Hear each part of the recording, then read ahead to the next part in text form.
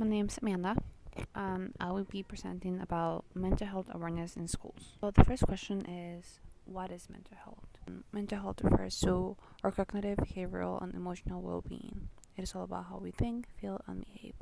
I personally decided to do a project about mental health because I myself struggle with mental health disorders. I know how hard it can be to be in school when you're not feeling too well. I also know how hard it was for me to come out and say, I have a problem. The main question of my project was, how do we raise awareness about mental health and fight against stigma in schools? The main focus of my project was to raise mental health awareness in schools, fight against mental health stigma, talk about the lack of resources in schools, and overall about mental health in schools. The first question that I asked myself was, what are the causes of this problem? I thought about it and I realized that it was the lack of resources. Most students get their mental health information from schools, which is why it is so important that schools provide their students with the necessary resources to succeed in their school life. Schools lack, however, the resources to help them. Here's a quote that says, a school can be the most resourceful place for a student because they play a significant role in promoting positive mental health and providing support.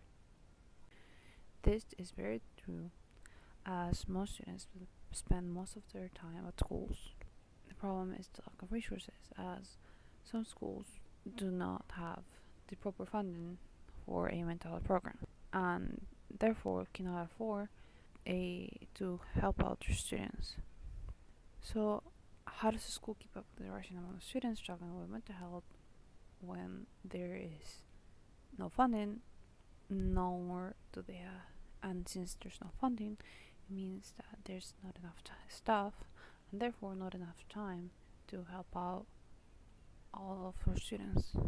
Another cause is personal beliefs. Not everyone personally believes that mental health is real, especially if it's someone from another culture. Not everyone has the support from their family, and people's beliefs may cause them to think that mental health is not real or may cause them to feel ashamed. Sometimes people don't seek help because of their personal beliefs. In some cultures, people just do not believe that mental health is real or may think that anything related with mental health has to do with demons. It is extremely important to educate children and let them know that it is okay to not feel fine. Here is a quote. It says, in many cultures, if a person is struggling with mental health, it is seen as a weakness. This is especially true when it comes to men, due to traditional norms of masculinity, suggesting that men should be strong and that they should not necessarily need help from other people. This is especially true, and it harms those who are struggling, as they will rather prefer to keep everything to themselves instead of speaking out and seeking out help in fear of what others may say. Therefore, I asked myself, why is this problem significant? Is it something that we should care about? And I came out with three significances. The first one is that by breaking mental health stigma and promoting awareness, we are able to save very valuable lives. As more people, especially young people, report to be or to know someone struggling with mental health. Reason number two says that there is an alarming rise in suicide rates among young people. People need to let go of mental health stigma in order to heal. It is important that people cooperate and look out for help when needed. Which goes to reason number three, which is the lack of resources causes students to do bad in school and struggle with their personal life. Mental health disorders are real and students are struggling with it. There's just not enough time for the staff to teach others and spread awareness. ECHO says that a national study indicates that almost 1 in 5 youths of ages 9 to 17 have a diagnosable mental health disorder. Overall, this is a very alarming number considering that many schools do not have a proper mental health program. Even if a student is struggling, some schools do not have the resources available for their students. This year's mental health problems among youths have been on a steady and alarming rise, while suicide has become the second most common cause of death among teens and young adults.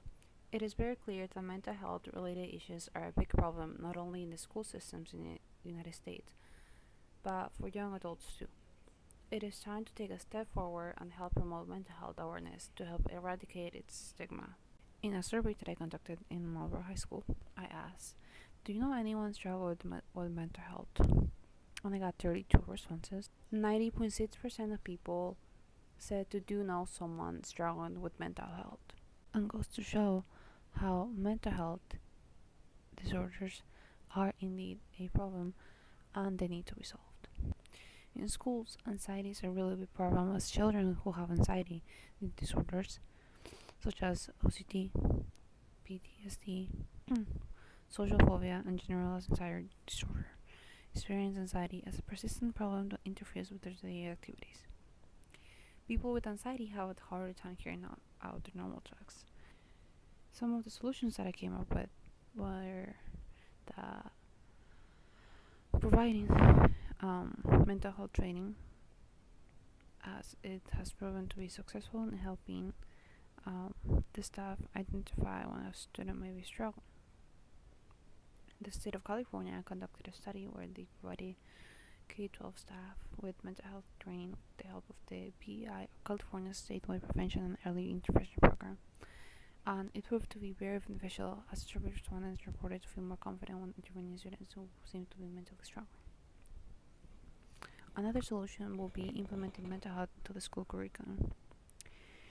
New York was the first state to do this and require mental health education for all students, since school teens spend most of their time at school, and this proved to be very beneficial to the students.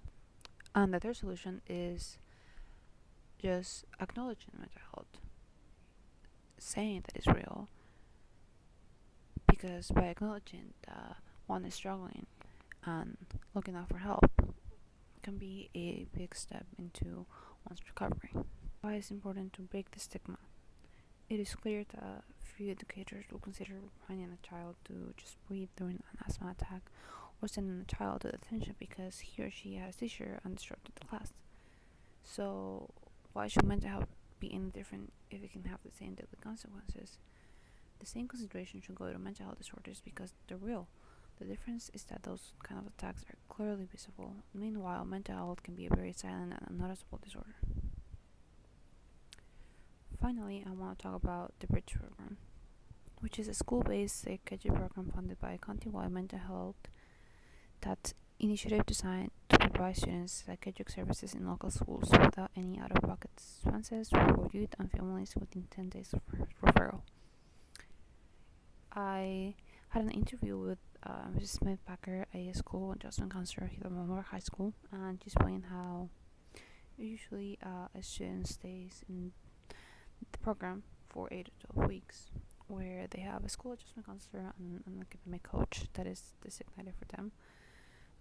This usually helps students who are coming back from being out of school, and it helps them get them back on their feet. Overall, mental health is a problem. It is real.